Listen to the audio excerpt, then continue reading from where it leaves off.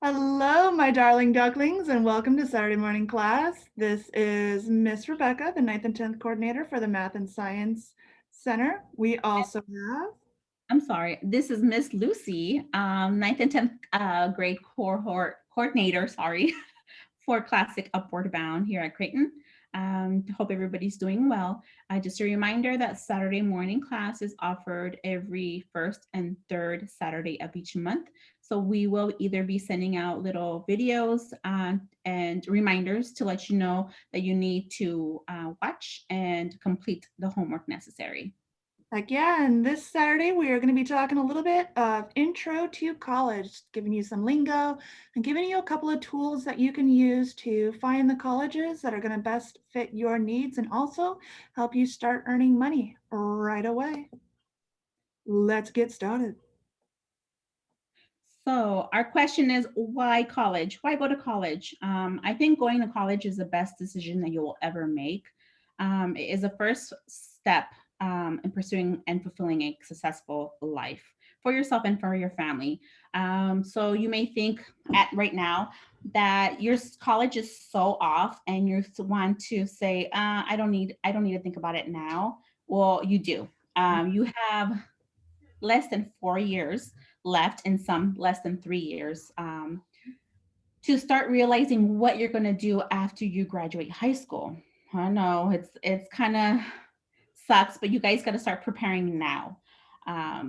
So it does take time to plan out what you're going to do for college. Are you going to stay in your state? Are you going out of state? What you're going to study, where you're going to study, and how you're going to pay for this. So that's something that we all think about when we start thinking about university and college. So now, what you need to do is think about what you want to do and start making your choices.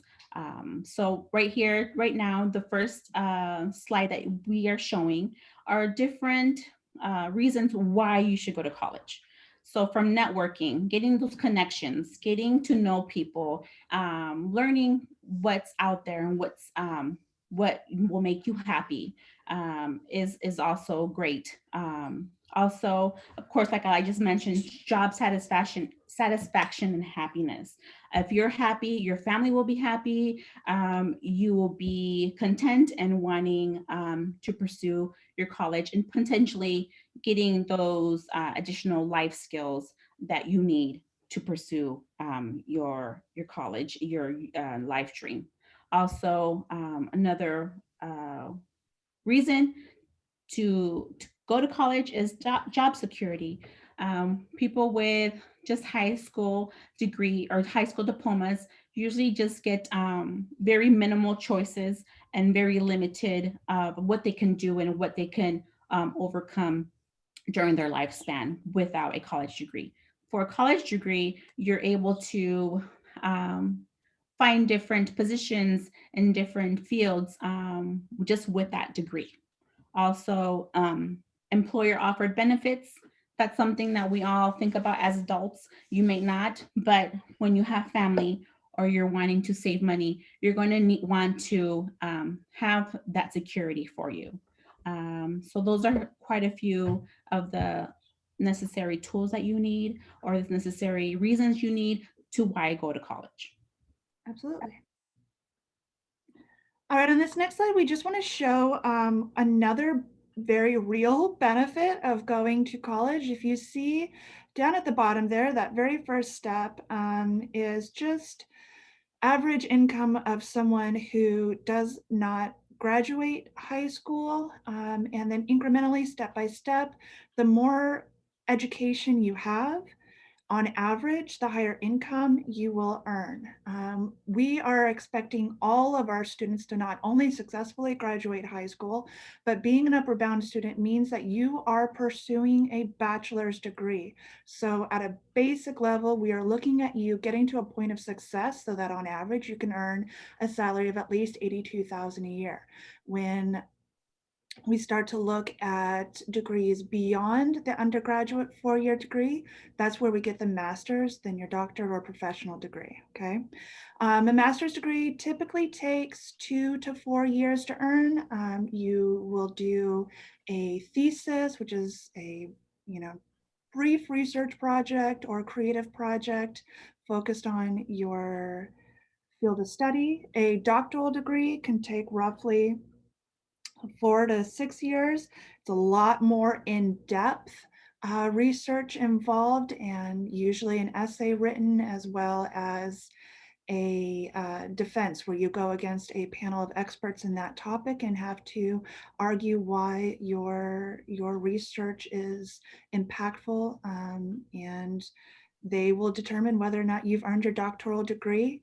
If you are able to go through those additional years, that can earn you a salary on average of about 120,000 a year. It's then our professional degrees which get you the big bucks. And we're talking about a professional degree. Those are our lawyers, our doctors. Um, and of course, with each of these incremental steps, it's more time, it's more work, it's more labor that you are putting into this, but it's also potentially so much more that you are getting out of it. Those bonuses, those reasons for going to college that we talked about in the previous slide, you see that just as much and more as you go and pursue these higher degrees. I agree with Rebecca. Our college education is like one of the best and most important investments that you will have in your lifetime. So many students or people will sit there and say, "Well, I want to make as much money as I can." Why? Because money matters, but not for everybody. So just FYI, if you are in it for the money, then you know what? Think about a major doctoral degree, become an engineer. Those are you're going to be making those higher ranks. But if you're wanting to be in service and wanting to help others, sometimes those type of positions are life fulfilling, but they won't pay as much as an engineer or a doctor. Absolutely. So now we're going to talk about a little bit about college lingo. So college lingo is very important to um, know. So a lot of our colleges and universities use this type of terminology. So sometimes if you go in and we take you on a college tour now, some of the terms that they're going to be speaking about, you're going to understand, you're not going to understand them. They're going to be just like a different language. You're going to be like, what the heck are they saying? So now is the time to learn these college terms, and we've provided several of them for you to look and read at them. If you're wanting to get more information, you could definitely do that. But it's something that you need to learn and understand and remember, because when it comes to college and when we take you out to those college or college tours, you're going to have to understand what they're talking about. And also if you're wanting to ask questions, you're going to need to know, of course, like I said, these terms. Absolutely. One of the terms that I want to mention on this next page, because I think a lot of them are fairly self-explanatory once you've read the definitions, is just the idea of the academic advisor or counselor at the college level. So you have right now, Miss Lucy and I, as coordinators, we fulfill part of that role for you. You also have high school counselors who help fulfill that role for you.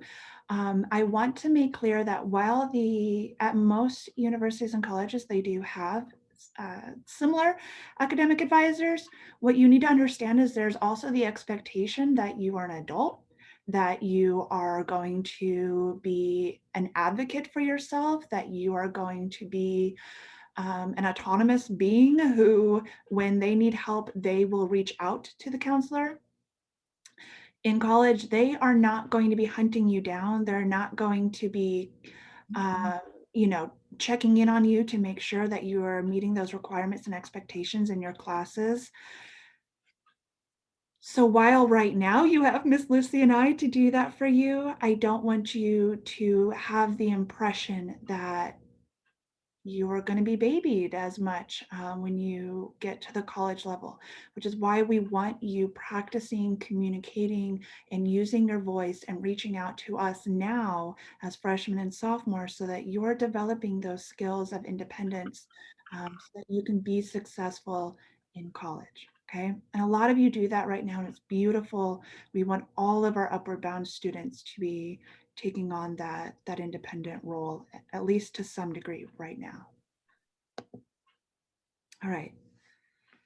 So now we're going to talk about a little bit about RaiseMe. A few have know about it, and many do not.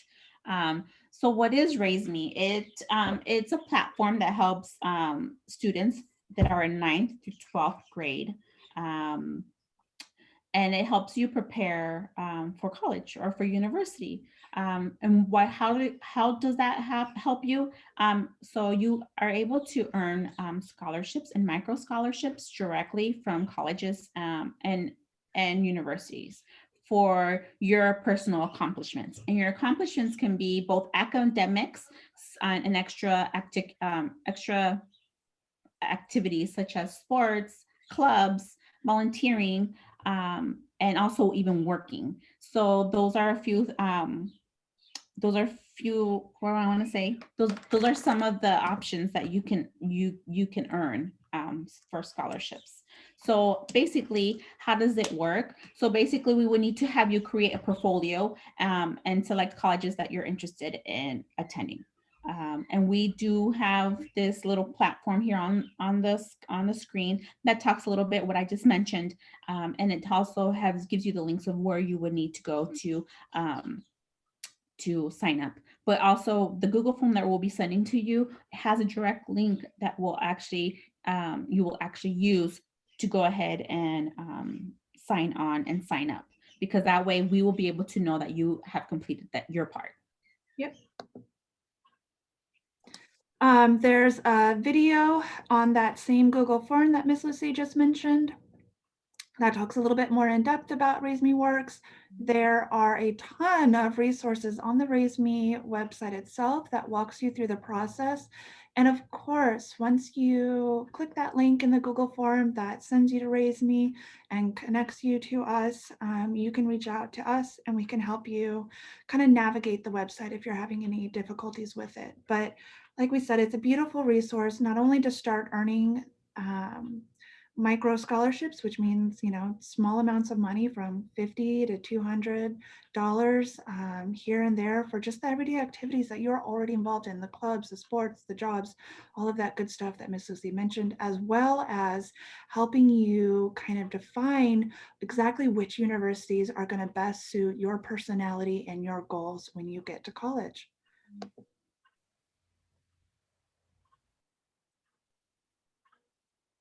So this is something that we both wanted to share. Many of you probably already know that September 15th through October 15th is National Hispanic Heritage Month.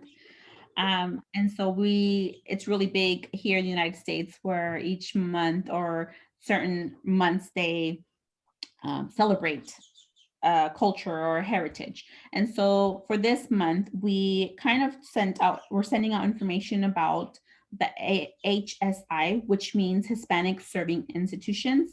There is a link on your right side of the screen where you can check out the lesson plan, and it talks about basically what the institution is, or what the institutions who they are, because there's quite a few of them in the United States. So basically, I want to say a little bit about it. Basically, their goal of having these type of institutions is to increase aid, support, and the access to quality higher education for students of Hispanic descent. So they particularly pinpoint low income and also first generation students, which all of our students are low income or first generation, either or. So this can relate, and it's good to know that stuff like this is out there. And so if you're interested in wanting, or you're required, not if you're wanting, you're required to watch this, because it will be in our Google form. And it's kind of good to know that it's out there for you, ladies and gentlemen that are looking for something as far as getting that assistance um, and reaching your goals and dreams. There's great colleges that are in that platform or all fallen into the category, and it's good to know now and start researching if maybe one of those colleges are good for you to attend. Absolutely. Thank you. And one thing I just want to add to this is regardless of whether or not you feel that Hispanic serving institution is something that you want to pursue as a university goal, it is our expectation as Upward Bound students that we explore different cultures and different experiences and different opportunities. So regardless, you do need to click on that lesson plan and read through and get a better understanding of why these institutions are so important and can have a really positive impact for students. So last thing we have for you then is homework. You will have received a link to the Google form assignment along with this video. It is due Thursday, October 22nd, before the end of the day, please. You, you do need to watch the videos and review the links. You do need to create a RaiseMe account. All of that is a part of our Saturday morning class assignment. Remember, this class usually lasts 3 hours. And so you will have plenty of time to get all of that assignment done within those 3 hours, okay? We really appreciate y'all taking the time to watch this, to read those links, to expand your opportunities. We love you. We hope you do well. Sorry, Rebecca. Also, FYI, everybody, you're required to do tutoring 2 hours a week. Yeah. Even if you don't need the help by a tutor, you still need to log in and work on your own. We have sent you guys the links and also the schedule. So there is no excuse of you saying, I didn't have time to do this Saturday morning class homework. Well, jump on tutoring, do it while you're doing tutoring. And you can, how you say it, kill two birds with one stone, even though I don't want to kill a bird.